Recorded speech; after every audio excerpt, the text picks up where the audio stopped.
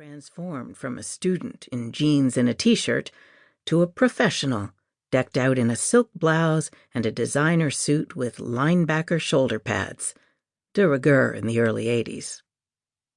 I sat behind my huge mahogany desk, looking like a cross between Anna Freud and Joan Crawford. Luckily, I had prematurely white hair in my 20s, which added some much-needed gravitas to my demeanor. Laura was barely 5 feet high, with an hourglass figure, huge almond eyes, and such full lips that had it been 30 years later, I would have suspected Botox injections. She had masses of shoulder-length blonde highlighted hair, and her porcelain skin contrasted sharply with her dark eyes. Perfect makeup, with bright red lipstick, set off her features. She was chic in spike heels, a tailored silk blouse, and a black pencil skirt.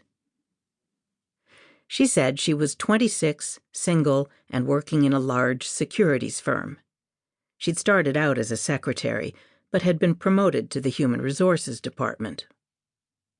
When I asked how I could help her, Laura sat for a long time looking out the window. I waited for her to tell me the problem. I continued to wait, in what's called a therapeutic silence, an uncomfortable quiet that's supposed to elicit truth from the patient. Finally, she said, "I have herpes." I asked, herpes zoster or herpes simplex? "The kind you get if you're totally filthy." Sexually transmitted, I translated. When I asked whether her sexual partner knew he had herpes, Laura replied that Ed, her boyfriend of 2 years, had said he didn't.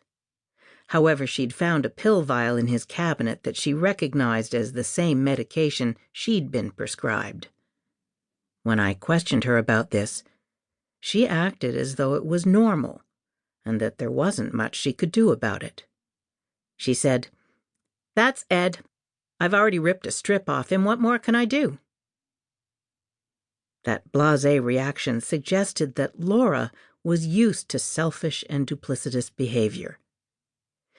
She'd been referred to me, she said, because the strongest medication wasn't limiting the constant outbreaks, and her doctor thought she needed psychiatric help. But Laura was clear about having no desire to be in therapy. She just wanted to get over the herpes.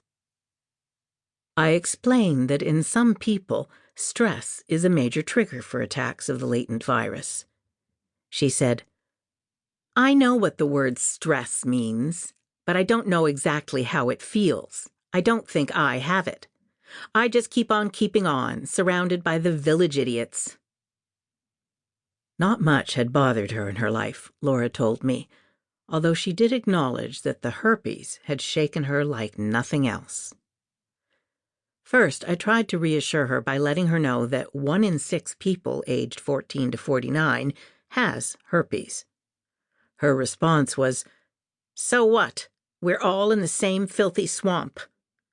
Switching tacks, I told her I understood why she was upset. A man who purported to love her had betrayed her. Plus, she was in pain. In fact, she could barely sit. The worst part was the shame. Forever after, she'd have to tell anyone she ever slept with that she had herpes or was a carrier. Laura agreed, but the worst aspect for her was that although she'd done everything possible to rise above her family circumstances, she was now wallowing in filth, just as they always had. "It's like quicksand," she said. "No matter how hard I try to crawl out of the ooze and slime, I keep getting sucked back in. I know, I've almost died trying." When I asked her to tell me about her family, she said she wasn't going to go into all that bilge. Laura explained that she was a practical person and wanted to decrease her stress, whatever that was, so that she could get the painful herpes under control. She'd planned to attend this one session where I'd either give her a pill or cure her of stress.